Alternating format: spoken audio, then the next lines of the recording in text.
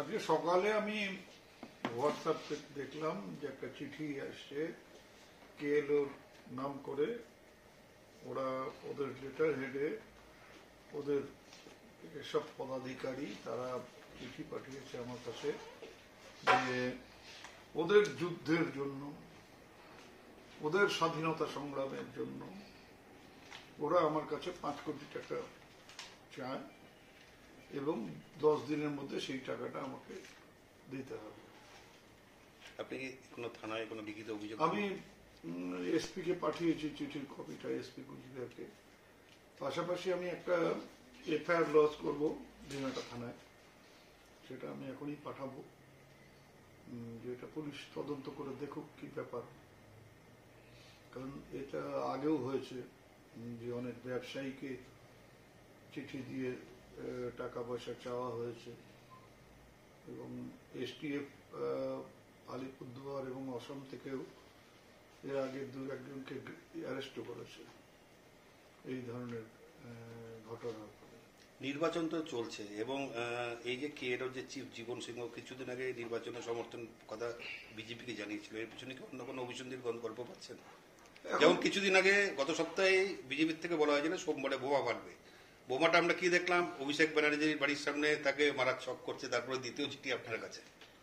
এখন কারা এর পেছনে কি মতলব, কি উদ্দেশ্য নিয়ে কে কি করছে, এটা চট করে এভাবে বলা মুশকিল। তবে আমি চক্রান্ত তো আছেই, সেটা হচ্ছে আইদার কেএলও সরাসরি থাকতে পারে, অথবা কেএলওর নাম করে কেউ করতে পারে, অথবা অন্য কোনো পলিটিক্যাল পার্টি আমাকে ঘরে বসিয়ে রাখবার জন্য এই ধরনের হুমকি চিঠি দিতে পারে। সবটাই পুলিশ তদন্ত করে বের করুক যে কি ব্যাপারটা কি। অপোজিশন তো নির্বাচনে আপনাকে ঘরে বসে রাখার যথেষ্ট চেষ্টা করছেন, আবার নতুন করে এটাকে চেষ্টা হতে পারে। ঘরে বসিয়ে রাখবার চেষ্টা করলেই আমি ঘরে বসে থাকবো বা থেকেছি এমন তো না। বরঞ্চ যারা ঘরে বসিয়ে রাখবার চেষ্টা করেছিল তারাই দেখলাম ভোটের দিন ঘরে বসে থাকলো, আমি ঘুরে বেড়ালাম। তা এখানেও যদি কেউ মনে করে যে এই ধরনের চিঠি দিয়ে আমাকে ঘরে বসিয়ে রাখবে, আমি যাতে কোথাও যেতে না পারি বা অন্য কোথাও নির্বাচনী প্রচারে বেরোতে না পারি, সেই ধরনের হুমকি দেওয়া হবে, দিলেই যে তাদের উদ্দেশ্য সফল হবে তার কোনো সম্ভাবনাই নেই। তবে পুলিশের দেখা উচিত তদন্ত করে পুরোটাই যে কি ব্যাপারে, কারা এর পেছনে আছে।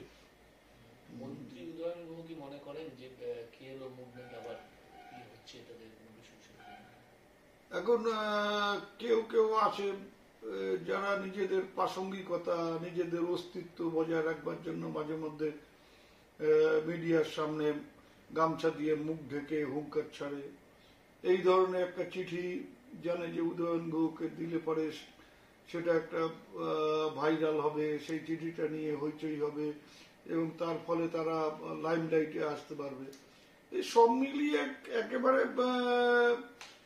যেটা প্রাসঙ্গিক থাকবার জন্য যদি কেএলওর পক্ষ থেকে হয়, তাহলে আমি বলবো যে ওরা চেষ্টা করছে প্রাসঙ্গিক থাকবার জন্য। ওদের বাজারে কোনো এখন আর কোনো মূল্য নেই, কিন্তু হুমকি, ভয় দেখানো, টাকা আদায় করা, বেঁচে থাকতে হবে তো, সেই জন্য টাকা আদায়, যুদ্ধের নামে, স্বাধীনতা সংগ্রামের নামে টাকা আদায় করে নিজেরা বেঁচে থাকবার কৌশল।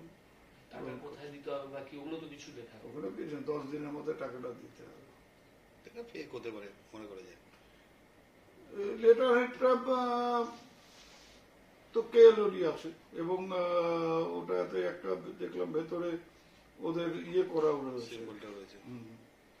তা কাজেই আমি কিন্তু কোনোটাই মানে উড়িয়ে দিচ্ছি না, কেএলওরও হতে পারে আবার ফেকও হতে পারে।